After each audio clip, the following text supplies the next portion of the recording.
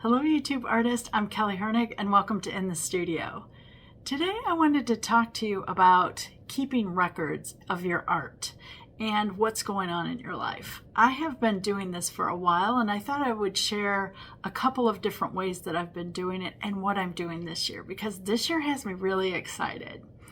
But I have to first say that I credit Clark Kegley, it's Kegley, for making me want to journal about this. It was a way that he kept records, and go look at his YouTube channel. It is wonderful about different ideas on journaling and what you can journal about. And he has kept a lot. I mean, he's got a stack this big. It's just so beautiful to see, because that's your life. That's your life in a book. And I really love the idea of keeping records and knowing what I'm doing along the way.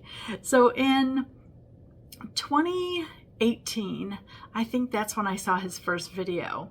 I really liked the idea, but I was really too scared to do it in a big book, right? So I've always just used notebooks throughout my career, and I love them. I found this is a Cambridge notebook. I'll make a link down below. I love the paper quality. I love the covers. I've got, I don't know, about 10 or 12 of these now throughout my career. I put everything in it. So if I'm watching a YouTube video, I take notes in it. If I find quotes, put them in there. If I'm reading books, I do a little book study for myself. It goes everywhere with me, and I really enjoy having that as a record.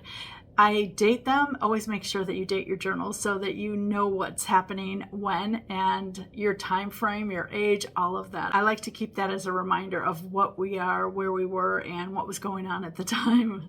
So this was a long time ago. And then when I saw his journals, that he uses the same sketchbook over and over and over, and I love the continuity of that.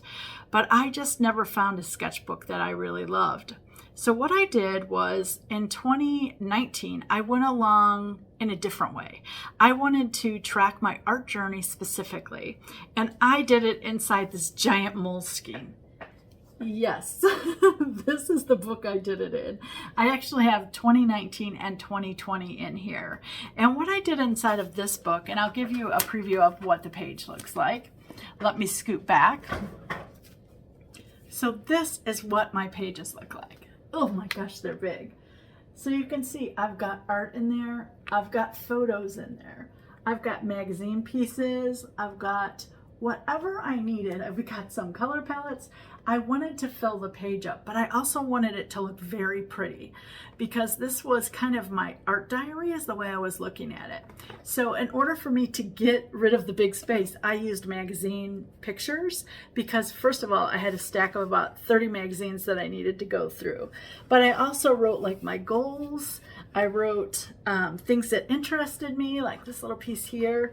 I did a photo a week to kind of capture what made me smile. That was my whole intention of that. So for those little photos, I called them my Series 52. They were done with just an Instamatic low camera, like you shot it and then the Polaroid came out. But throughout the year, I couldn't get it crisp and nice and clear like I wanted it. So the following year, I really liked the idea of a photo a week. And I'm doing that again this year, by the way. I just really liked the idea of finding something that made me smile and taking a picture of it. But in 2020, I ended up taking a photo a week and doing it as one whole spread in here. And I love the way that this looks. So look at that. It is my year in photos.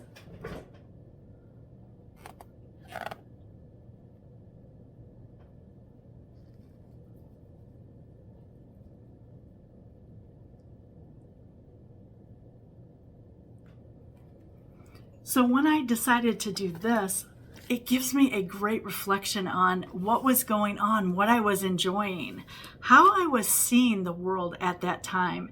Because as you saw, I have art pieces, I have photography pieces, I also have pieces of outside. So whenever I'm traveling and I have a great picture or find something of interest, I take a picture of that, because it means something to me. I was inspired by it. I looked at it. I noticed it. I want you to think about how much we notice and we just do nothing with it. Well, I've started taking a little bit of notes for whatever I'm noticing, and I am loving the effect of that. So that big journal was 19 and 20. And I have to say, I loved working in that size, but it was a lot to fit into a space. And I wanted to go just a little bit smaller. So instead of going on with that practice, I still did my 52 photos, but I did them in the computer instead. I didn't actually print them out, which reminds me, print them out because you look at them a lot more than on the computer screen, right? So I just did this notebook again.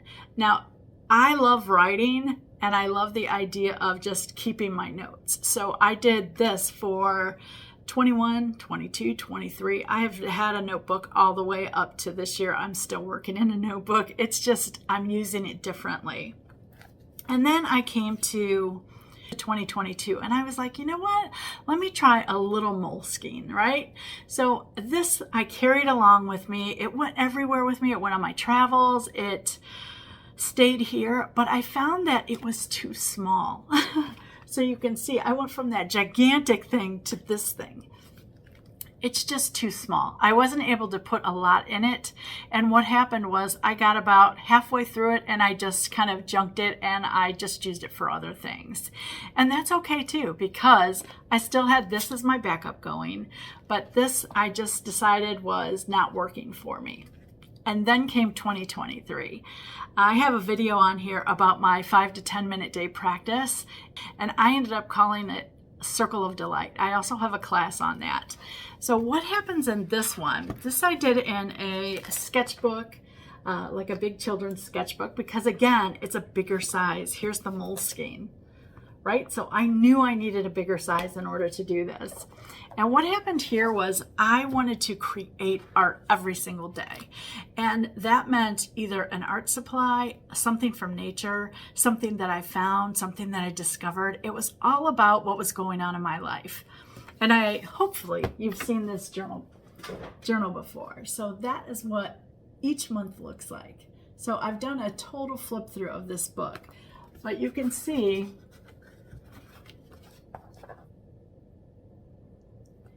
each month kind of has its own colors. It has its own kind of feel to it. And I really love this a lot, but it was very time consuming for me. You know, I've got a lot going on, and I found that towards the end of the year, especially with November and December, I was having to cram a couple days in at a time because, you know, it's the holidays. We're always busy with that. But I love the process of collecting and notating what was happening in my world. That was creatively, or if I was on vacation, I actually took notes every day what to add to my book because I didn't want to take this on vacation, of course. But it's a way just to, I looked at it as visually contain my year, and I really, really like that. So in 24, this is what happened to me. I added this. I added a YouTube book. I added a class book, an idea book. This is what I've been doing for the last 2 years. And let me just tell you, it's a lot. It's a lot to keep track of. Plus, I've got little Post-it notes and sticky notes all over my desk. I write on the back of index cards all the time. So I had all these little pieces of paper that I had to collect and kind of corral them into one place, which, you know, doesn't work great because, again, this is for classes and ideas. This is for YouTube, and this is for everything else. So when you're juggling 3 things, it's hard to commit to something that works great for you because I'm juggling all of these at one time. So what I decided this year, I watched Clark's video again for 2026, and he was starting again, and he talked about how his kind of book has changed, and I like the way that it changed. It seemed a little simpler to me, and I'm like, I can do this. After all, I'm already doing it in 3 books, so going to 1 should be really, really good. And what I learned too from going through all of these books and processes, I know that I like the slick pages of the Moleskine best for writing. I can do some sketches on them. I don't usually paint in a lot of these, but I do jot my ideas down in sketches. So I started looking for a sketchbook, and I found two that I would highly recommend. So the first one that I found was this Lita Art Supply, and I really like this one. It was nice and thick. You can see how thick it is. Let me see if I can find how many pages. It's 160 pages. It's 7 by 10, and it's got really kind of slick moleskin paper. Listen how smooth. It was kind of thinner paper. Oops. But a marker would not bleed through. I like to write with a paper marker, so I really like this one. But for me, I was like, it still seems a little small. Let's see what I can find bigger. And then I found this. So this is the Talons Art Creation Journal. I had no idea what the paper was going to be inside this, so I bought one to just try it. And when I got it, it was that same kind of moleskin feeling. I liked the smoothness of it. It was bigger. I liked the size a lot. So when I opened up the page, you know, I've got a lot of writing area, right? And I really like the idea of that. I like the idea of having space to include all three of my notebooks in one place. But what I thought too about this book is, how can I departmentalize what I'm doing already inside my three journals, right? So inside of these, so I already knew that I needed something for art ideas. I already knew that I needed something for class ideas. I needed something for YouTube. I needed somewhere to put like the books that I've seen or the videos that I'm watching and taking notes in. So what I did for myself was make a little card. I just wrote like what I thought would be important for me, and then I gave them numbers, right? So I have on here art goals, the intention. I had like an everyday art, muted palette, style, that kind of stuff. I have like YouTube topics. I have online courses. And then what I did was kind of group them together. So my art goals, of course, I'm going to put my online courses in there. I'm going to put my palette style in there, all that kind of stuff that kind of goes with art and creating art. YouTube is its own topic. And then I have a couple other things, like I had quotes and I had books that I wanted to read. And so what I did at the end was I just made them other things, because I know quote pages, I know I'm not going to fill up 20 pages of quotes, but I also know that I need room to write so that I can remember this stuff. So what I ended up doing was, can you see the tabs on the end there? So I have 6 tabs on this book, and they're each according to the section that I wanted. So my first one, of course, is Art Intentions. And what I did was I picked out a typeface that I liked, and the one I'm using is Prawn Handwrite, and I found it inside of Photoshop. And you can see how fun it is. I just wanted something that made me smile, actually, when I turned the page. So that's how my pages look. They're just like off to I did them long ways. And then what I did inside each section was I gave myself the goals of the section. So this was Art Intentions. So what I have in here as my goals for 2026, I have do everything with intention. That was my one thing that I really wanted to do, and I know I shared that with you. I wanted to create art every day, and I'm doing that, which I wrote draw pages, then paint. And then I have developed my muted earth tone palette, and you guys have seen me on that journey already. So I'm already excited. I'm doing 3 things already that are already in my list. And then I wrote continue my style studies, which you know I'm doing that. Online courses, I've got 2 planned for this year. I've got style study class, and then I've got a color mixing membership that's coming. I also want to tell stories and everything. So I've been really working on that the past 3 years, is making it kind of flow within itself, come together in flow and movement, but also in the stories that I want to tell. And that's been a very big intention of mine the last couple years, is to continue with that and help it grow and help me get better at that. You know, some people are fantastic storytellers.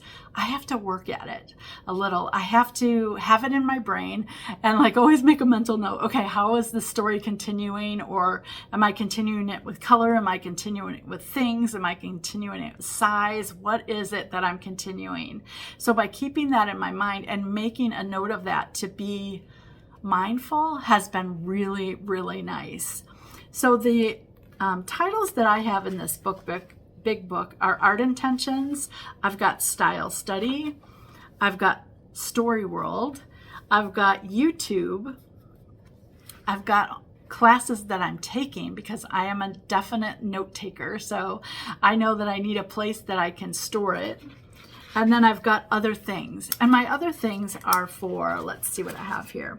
They're for quotes, books, art videos that I'm watching. There's for studio purging, which I'm in the middle of, by the way, and then updating my newsletter.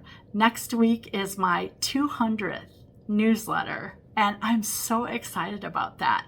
But February 1st, I'm changing the format and making it even better to fit me how I am now. Remember that storytelling, everything with intention, creating daily. So I want that to be reflected in my newsletter. If you are not in my newsletter, please go in the description below. It's called The Rooted Chronicles. It comes out every Monday morning, and I just share little ideas with you. It is a short and sweet newsletter. I share 5 pictures, little bitty copy, and it takes you about 10 minutes to read. That's it. But I'm sharing my world with you. And part of why I called it the Rooted Chronicles was because I wanted to put more out into the art community to inspire you, to make you look around, to help you see, to really be an artist in everything you do. And I think that is a beautiful thing. And I get so many comments about how the newsletter just starts their week creatively and it makes them think about things differently. And I appreciate all of your comments. So if you are interested in hearing from me once a week, more than just here on YouTube, sign up in the Rooted Chronicle link below. I would really appreciate that. So as you see, the journey has been from the biggest book I've ever worked in to 3 books that, have been continually with me, but now I've streamlined into one. And I can tell you that I got this book on like January 13th, I believe. And right away I sat down because while I was waiting for my book, I did my little list of what I wanted to include in it. So having that already done and it letting me think about it before the book got here, I was like, oh, that'll be fun. That'll be fun. Oh, I need to add this to this, right? So it was just a way for me to like get everything in one area. But I can tell you this already, I reach for it about 3 to 4 times a day, and I'm always adding something to it, which tells me this style of working was not really working because I didn't reach for it that often. I was lucky to work in this maybe once a week or once every 2 weeks. Now my Post-it notes were another thing, but trying to add them where they fit or if they were really relevant to my artist life was another thing, right? But I find this has me so intentional, again, my word, and it's making my life really easy because I know where it goes right away. I don't have to search my desk for those papers or look for this specific notebook, which is so skinny and always gets lost. Just let me tell you that, by the way, it's too small. This is why I bought bright yellow. I can see this everywhere. It cannot hide. It just can't. Even the side is nice, big, and bright. And that was my intention of making it this bright, the brightest color that I could find, actually. And it was this sunny yellow. So I hope this has given you something to think about in your art practice, right? Are you like me, juggling everything, or are you kind of streamlined and know what you're doing? I just wanted to put that out there that there are better ways to help us and more organized ways. I know artists, most of us are not organized in any fashion, but I can tell you this has made a huge difference already. And what is today's date? Like the 20-something, right? So it's helping already, and I love that. I love when it can make my life easier, but also I'm excited about it. And so it's like something new. It's like a new toy, right? So I am enjoying it, and I'm finding uses for it that I didn't think I would. And that makes the process even more amazing. If this video has inspired you, please give me a like or leave a comment. If you are a subscriber, thank you. If not, please click the box and the bell so that you know whenever a new video is released. And as always, thanks for watching.